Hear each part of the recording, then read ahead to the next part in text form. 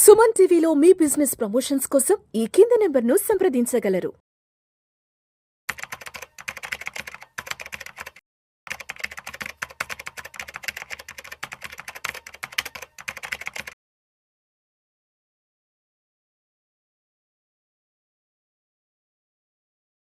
Welcome to Vishnu talks. నేను మీ విష్ణు. ప్రస్తుతం నాతో పాటు AMFI registered mutual fund distributor Bonigala Salman garu ఉన్నారు. వారితో మాట్లాడదాం. సాల్మన్ గారు నమస్తే సార్. నమస్తే అండి విష్ణు గారు. Welcome to Vishnu talks. Thank you అండి. సాల్మన్ గారు, ఈ వీడియోలో ఎక్స్క్లూజివ్గా అప్పుల గురించి మాట్లాడుకున్నాం.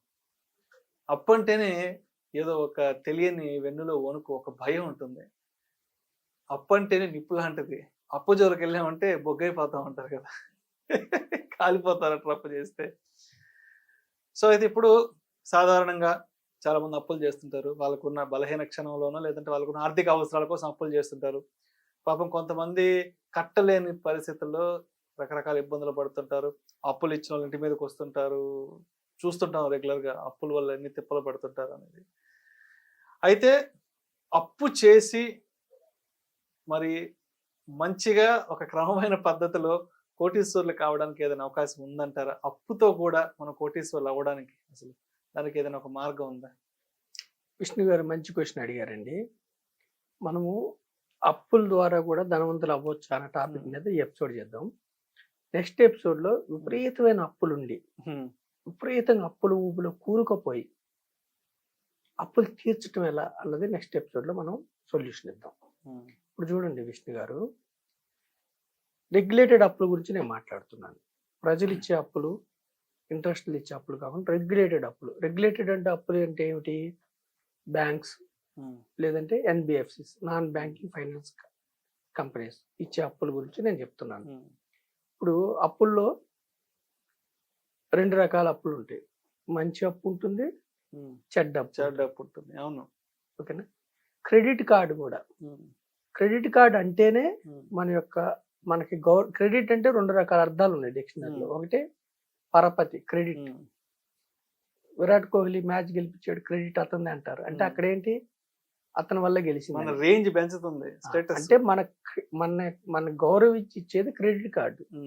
బ్యాంకింగ్ లో ఇంకొక అర్థం ఉంది, అప్పు. క్రెడిట్ అన్న డెట్ అన్న. క్రెడిట్ అనే పదంలో ఒక రకమైన మంచి ఉంది, ఒక రకమైన భయం. ఇప్పుడు విష్ణు గారినైనా నాకైనా నన్ను గౌరవించి నాకు క్రెడిట్ కార్డు ఇస్తే దాన్ని నేను ఎలా వాడుకుంటాను అన్నది ఇంపార్టెంట్. దేనికోసం వాడుకుంటాను అన్నది ఇంపార్టెంట్. క్రెడిట్ కార్డు మంచిది. నాలో ఆర్థిక పరమైన ఎమోషన్స్ ని కంట్రోల్ చేసుకోక విచ్చలవిడిగా నేను ఖర్చు పెట్టి, నాకు అవసరం ఉన్నా లేకపోయినా నేను నా తాగతకు మించి ఖర్చు పెట్టి, బిల్ పీరియడ్ వచ్చేలోపు కట్టాల్సిన డేట్ వచ్చేలోపు కట్టకుండా మినిమం కట్టేస్తే నేను అప్పుల ఊబిలోకి వెళ్ళిపోతాను. క్రెడిట్ కార్డు మంచిది, నేను దుర్వినియోగం చేశాను. ఆ కార్డుని ఎలా ఉపయోగించుకోవాలన్నది నా చేతిలో ఉంటుంది. అందుకని క్రెడిట్ కార్డు నన్ను గౌరవించి ఇచ్చేది మంచిది. కానీ ఎప్పుడు కూడా నాకు బ్యాంకులో డబ్బు ఉంచుకొని, ఆ 45 రోజుల్లో ఆ ఇచ్చిన టైంలో డబ్బు ఉంచుకొని ఎంత కట్టగలను ప్లానింగ్ చేసుకొని నేను చక్కగా వాడుకుంటే మంచిది. అయితే అప్పుల్లో కూడా విష్ణు గారు, క్రెడిట్ కార్డు కాకుండా ఇంకా అప్పుల్లో కూడా కన్జ్యూమర్ లోన్ మంచి అప్పు కాదు. క్రెడిట్ కార్డుల ద్వారా తీసుకొని మినిమం గట్టు ఇంకొకటి దాన్ని ఈఎంఐల కింద కన్వర్ట్ చేసి మంచి అప్పు కాదు. కారు లోన్ మంచి అప్పు కాదు. ఎందుకంటే మంచి అప్పు కాదంటే, కారు లోన్ నేను 7 years కట్టేలోపు ఈ కారు వాల్యూ డిప్రిసియేషన్ అయిపోద్ది, నేను కట్టేది ఎక్కువ ఉంటుంది. Compare to car loan, mortgage loan పర్వాలేదు.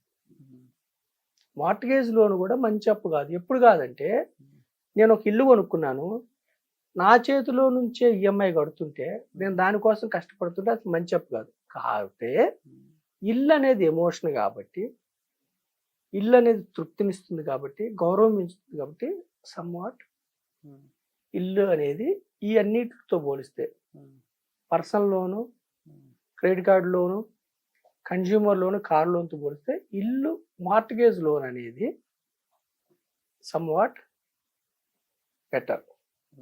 అయితే మళ్ళీ మరి మంచి అప్పులు ఏమిటంటే బిజినెస్ లోన్స్. మంచి అప్పులు ఏ విధంగా అంటే ఇప్పుడు ఒక లోన్ తీసుకున్నారనుకోండి విష్ణు గారు, దానికి ఈఎంఐ మన బిజినెస్ ద్వారా వచ్చిన డబ్బు ఈఎంఐ వెళ్ళిపోవాలి. అంటే ఆ బిజినెస్ వల్ల ఏమవ్వాలంటే ఈఎంఐ ఇబ్బంది కాకూడదు, పైగా ఆ ఈఎంఐ ఫ్రీగా వెళ్ళిపోతూ మళ్ళీ నాకు మిగలాలి. So most of the business loans good loans. Business loans ఇచ్చేటప్పుడు వాళ్ళు రకరకాలు చూస్తుంటారు. ఏం బిజినెస్ చేస్తున్నావు, ఎంత ఐటీ రిటర్న్స్ కానీ ఎంత అవుతుంది, ఇవన్నీ చూస్తుంటారు. ఏమన్నా వాళ్ళు మార్టిగేజ్ అడుగుతున్నారా, పర్సనల్ గ్యారంటీ అడుగుతున్నారా, ముందు క్లోజ్ చేస్తే ఏమన్నా పెనాల్టీ పడు, ఇవన్నీ చూసుకోవాలి. అయితే ఇంకా మంచి లోన్ ఏమిటంటే బిజినెస్ లోన్. మంచి లోన్ ఎలా, ఆ బిజినెస్ వల్ల ఈఎంఐ మీకు ఇబ్బంది కాకూడదు, బిజినెస్ నుంచే వెళ్ళిపోవాలి. మీరు ఏ బిజినెస్ కోసం అయితే తీసుకున్నారో ఆ బిజినెస్ మీకు ఈఎంఐ వెళ్ళిపోవాలి. రెండవది మంచి లోన్ ఏమిటంటే ఒక కమర్షియల్ రెంట్ వచ్చేదో, కమర్షియల్ రెంట్ వచ్చే ఇల్లు కానీ లేదంటే ఏదన్నా రియల్ ఎస్టేట్ ప్రాపర్టీ తీసుకున్నారనుకోండి, దీనికి అయ్యే ఈఎంఐ వేరే వాళ్ళు కట్టాలి, మీరు కట్టే పని లేదు. మీరు చక్కగా లోన్ తీసుకున్నారు కానీ ఆ ఈఎంఐ వీళ్ళు కట్టాలి. అంటే కమర్షియల్ అని ఎందుకు అంటున్నాం అంటే, జనరల్ ₹1,00,00,000 తీసుకున్నాం అనుకోండి, ఒక 20 లక్షలు డౌన్ పేమెంట్, 80 లక్షలు లోన్ తీసుకున్నాం అనుకోండి, ఒక 70,000 పడుతుంది కదా. మామూలు ఇల్లు రెసిడెన్షియల్ హౌస్ అయితే మీకు 70,000 రాదు, ఏది రెంట్. అదే మీరు కమర్షియల్ ఇట్లాంటివి అనుకోండి మీకు ఎక్కువ వస్తుంది రెంట్. అప్పుడు ఏమవుతుందంటే మన కోసం వేరే వాళ్ళు పనిచేస్తారు, మన లోన్ కోసం వేరే వాళ్ళు పనిచేస్తారు. ఇది మంచి అప్పు. మంచి అప్పు అంటే అర్థం ఏమిటంటే మీరు కట్టే ఈఎంఐ వేరే వాళ్ళు కట్టాలి, మీరు కట్టే ఈఎంఐ బిజినెస్ కట్టాలి, మీరు కట్టే ఈఎంఐ వేరే వాళ్ళు కట్టాలి. మంచి అప్పు. మంచి అప్పు ఇంకొకటి ఏమిటంటే ఉదాహరణ, మంచి అప్పు తీరేలోపు మీ ప్రాపర్టీకి విపరీతమైన విలువ పెరగాలి. సపోజ్ మీరు మళ్ళీ మంచి అప్పుల్లో కూడా పర్సనల్ లోన్ ఉందండి, గ్యారంటీ లేకుండా ఇచ్చేది సమ్వాట్ మీకు మంచి అప్పు. మార్టిగేజ్ చేసుకొని ఇచ్చేది, రేపు మీరు డిఫాల్ట్ అయ్యారనుకోండి బ్యాంక్స్ అవి వాల్యూ వేస్తాయి.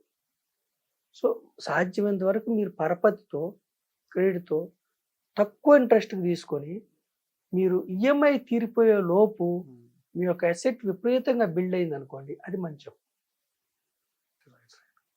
ఈఎంఐ మీ చేతిలోంచి డబ్బు వెళ్ళిపోతుంది అనుకోండి, అది మంచి అప్పు కాదు. అంటే లయబిలిటీ ఎక్కువ అయిపోతుంది, మన చేతిలోంచి డబ్బు వెళ్ళిపోతుంది. మన చేతిలోంచి డబ్బు వెళ్ళకుండా ఏ ప్రాపర్టీ కొన్నా, రెంట్కి ఇచ్చే ప్రాపర్టీ కానీ కమర్షియల్ ప్రాపర్టీ కానీ ఈఎంఐ వాళ్ళు కట్టాలి. మనం ప్రాపర్టీ కొంటాము, మన డబ్బులతో కాకుండా బ్యాంక్ డబ్బులతో కొంటాము, కానీ ఈఎంఐ వేరే వాళ్ళు కట్టాలి. అది మంచి అప్పు. సో మనం ఏం చెప్తున్నామంటే, క్రెడిట్ కార్డులు సమయానికి పే చేయకుండా లగ్జరీస్ కోసం చేసే అప్పులు చెడ్డ అప్పులు. ఎమోషన్స్ కంట్రోల్ చేసుకోకుండా కన్జ్యూమర్ కానీ తర్వాత కార్ లోన్స్ కానీ, కార్లో కూడా హై ఎండ్ కార్లు, ఇల్లు కొన్న తర్వాత డెకరేషన్స్ కోసం లోపల ఇంటీరియర్ కోసం ఎక్కువ ఖర్చు చేయడం, తాగత మించి చేసుకొని ఈఎంఐలు ఊబిలో చిక్కుకొని చేస్తే అవి చెడ్డ అప్పులు అవుతాయి. ఏ ప్రాపర్టీ అయినా తీసుకోండి, మీరు ఈఎంఐ పూర్తయ్యే లోపు మీ అసెట్ విపరీతంగా పెరిగి మీరు వెంటనే అమ్మితే మీ చేతిలోంచి, మీరు కట్టింది ఒక 50 లక్షలు అయితే మీ చేతిలోకి 2 కోట్లు రావటం, అలాంటి ప్రాపర్టీ తీసుకుంటే అది మంచి అప్పు అవుతుంది. అంటే క్యాష్ ఫ్లోస్ మీ చేతిలోకి రావాలి, అలా ఇన్వెస్ట్ చేయాలి, అది మీకు మంచి అప్పు అవుతుంది. సో మీరు విచక్షణ జ్ఞానంతో మీరు ఎందుకోసం తీసుకుంటున్నారు ఈ అప్పు, దీనివల్ల నా జేబులోంచి డబ్బు పోతుందా, నా జేబులోకి డబ్బు వస్తుందా. ఈవెన్ మార్టిగేజ్ లోన్ కూడా, హౌసింగ్ లోన్ కూడా ఉద్యోగం వచ్చిన వెంటనే మీరు ఏమి అసెట్, ఫినాన్షియల్ అసెట్ బిల్డ్ చేసుకోకుండా కొంటే జీవితాంతం మీరు ఈఎంఐలు కట్టాల్సి వస్తుంది, 20 ఏళ్ళు 25 ఏళ్ళు. అదే మీరు ఒక ఫినాన్షియల్ అసెట్ బిల్డ్ చేసుకున్నాక మీరు కొంటే ఈ ఫినాన్షియల్ అసెట్ మీకు ఈఎంఐ కడుతుంది, అది మంచిదన్నమాట. అంటే ఫినాన్షియల్ అసెట్ బిల్డ్ చేసుకున్న తర్వాత అందులోంచి వచ్చే డబ్బు మీకు ఈఎంఐ కడితే అప్పుడు తీసుకున్నప్పుడు మీకు మంచి అప్పు అయింది, ప్రాపర్టీ కాస్ట్ పెరుగుతుంది. సో మీ చేతిలోంచి డబ్బు పోయేదంతా చెడ్డ అప్పు, మీకు మీకు ఈఎంఐ కోసం మీరు వేరే చోట మీరు ఇన్వెస్ట్ చేసింది డబ్బు తెచ్చి పెడితే అది మంచి అప్పు. ఈ యొక్క డిఫరెన్స్ని గ్రహించి good debt bad debt difference గమనించి మీరు ఇన్వెస్ట్ చేసుకుంటే, మీరు లోన్లు తీసుకుంటే మీరు అప్పుల ఊబిలో కూరుకోకుండా ధనవంతులు అవడానికి అవకాశం ఉంది. Thank you sir, thank you so much Salman garu. Thank you అండి విష్ణు గారు. సో అప్పులని సరైన క్రమంలో సరైన విధానంలో ఉపయోగించుకుంటే సో అప్పులతో కూడా ఎలా ధనవంతులు అవ్వచ్చు అనే దాని గురించి చక్కగా తెలియజేశారు. Thank you so much sir. Thank you అండి విష్ణు.